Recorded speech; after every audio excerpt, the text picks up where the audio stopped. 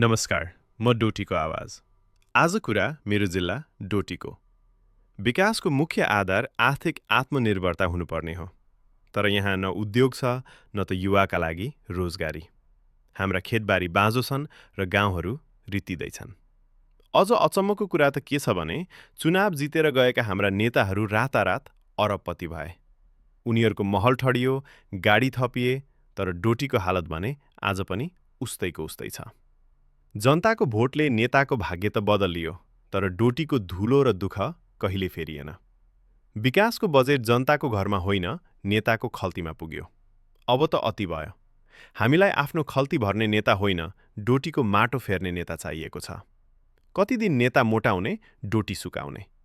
2 दशक बित्यो लोकतन्त्र आएको, तर खै त देशले के पायो? केपी देउबा प्रचण्डले देश बेचेर खायो, तर यिनीहरू भन्दा त बेस नर्थ कोरियाको किम जोम। उसले आफ्नो देश बलियो त बनाएको छ। के तपाईलाई पनि यस्तै लाग्छ? आफ्नो विचार कमेन्टमा लेख्नुहोला।